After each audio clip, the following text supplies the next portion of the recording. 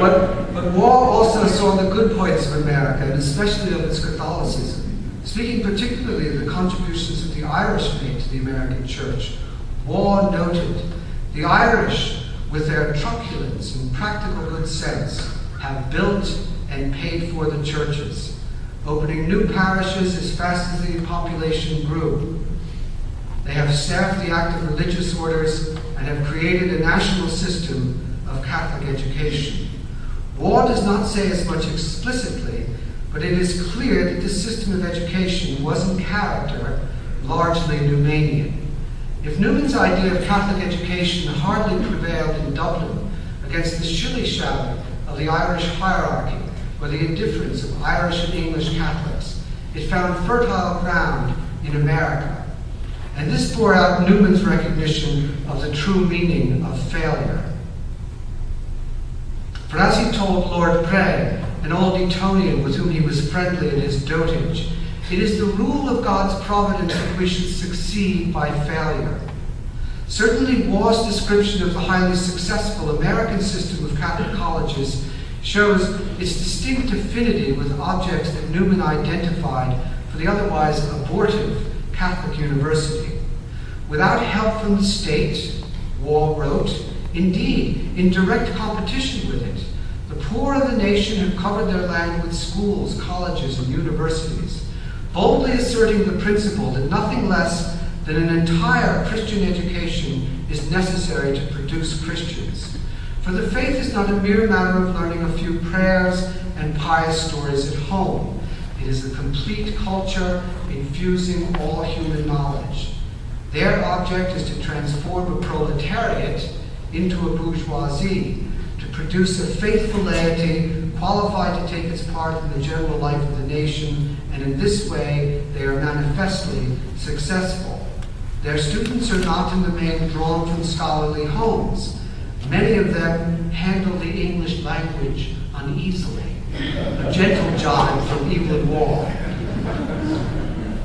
Now when all this is said, the Englishman, who can boast no single institution of higher Catholic education and is obliged to frequent universities that are Anglican in formation and agnostic in temper, can only applaud what American Catholics have done in the last 100 years. The autonomy of this Catholic network of schools and universities, which Waugh justly singled out for praise, was something Newman also valued, though his understanding of self-reliance had nothing Emersonian about it. In using the term, Newman was careful to distance himself from, as he put it, every wild religionist who makes himself his own prophet and guide and despises holy fathers and ecclesiastical rulers. Still, he confirmed that one of the main secrets of success is self-reliance. This seems a strange sentiment for a Catholic journalist to utter. It's strange to hear Newman referring to himself as a Catholic journalist, but as we all know, he was a very good journalist. But we speak of self in contrast not with a higher power, but with our fellow men. He who leans on others instead of confiding in his own right arm will do nothing great. Newman's insistence on self-reliance can serve as a well-deserved rebuke to those American Catholics who have abdicated their self-reliance and made very dubious alliances indeed with a secular state that has nothing but contempt for the very idea of Catholic education, indeed with Catholicism itself. Newman remarked how literary men throughout history often relinquished their self-reliance for the same reason as universities, because they were convinced that none could possibly prosper without the sanction of the state and the favor of great personages. To prove the fallacy of this, Newman cited the example of the English universities. They have been dragooned indeed, this is a quote, by tyrannical despotism. They have had theories or have felt the passion of loyalty.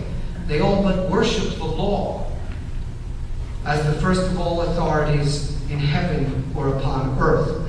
But when the question is that of submitting to the government of the day or to persons in power, it requires but little knowledge of the history, for instance, of Oxford, to be aware that it has been its rule to rely upon itself, upon its prejudices, if we will, but still on what was its own.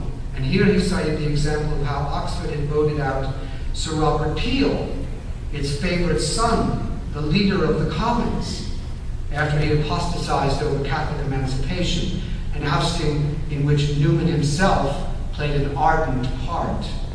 In conclusion, Newman wrote, "We hope that no Catholic university that is or that shall be, with its vantage ground of higher principles, will ever show less self-respect, consistency, and manliness than Protestant Oxford, in standing on its own sense of right and falling upon its own resources." One American who agreed with Newman that Catholic education, in order to be authentically Catholic, must exercise Catholic self-reliance was a man named, oddly enough, Jenkins, a priest of the Diocese of Louisville, who was also a passionate defender of Catholic schools. Now, with a surname like Jenkins, this might strike my audience as rather improbable. But as a matter of fact, in 1882, Thomas Jefferson Jenkins wrote a book insisting on the indispensability of autonomous Catholic education. When Newman received his copy, he assured Jenkins that it was as seasonable here and important as it is in America. Earlier, I had occasion to touch on the ill-fated Tractarianism of St. Saviour's Leeds. Well, St. Saviour's had an interesting American connection. Bishop Duane of New Jersey, the leader of the High Church Party in America, was invited to preach at the opening of St. Saviour's in 1845. 10 years later, Duane's son converted to Rome, to his father's infinite chagrin. In 1856, when he was studying in Rome, George Hobart Duane met Newman. Later, he even considered joining the oratory, but chose instead to return to the United States, where he became a well-known Monsignor in the North Diocese, founding many churches, hospitals, schools, orphanages, and academies, as well as the Catholic Young Men's Society, which in 1880 sent Newman very handsome congratulations on his receiving the red hat from Leo XIII. In these American young men, Newman might have seen the antithesis of certain other young men who he had known at Oxford, who were as contemptuous of religion as they were keen on getting on. In his sermon, God's Will, the End of Life, Newman addressed these would-be fashionable young men directly. "You, my brethren, have not been splendidly born. You have no high connections. You have not learned the manner or caught the tone of good society, yet you ape the sins of Dives, while you are strangers to his refinement. You think it the sign of a gentleman to set yourself above religion, to look at Catholic or Methodist with impartial contempt. The Creator made you, it seems, for this office and work, to be a bad imitation of polished ungodliness." Well, the Catholics in America who wrote to congratulate Newman had in view another office, and it was Newman who helped form them, who continues to form their counterparts today.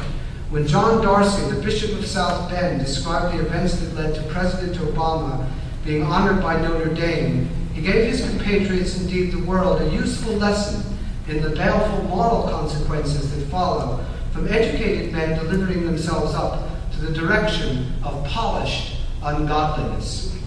In his statement, Bishop Darcy wrote, "President Obama has recently affirmed and has now placed in public policy his long-stated unwillingness to hold human life as sacred. While claiming to separate politics from science, he has in fact separated science from ethics and has brought the American government for the first time in history into supporting direct destruction of innocent human life.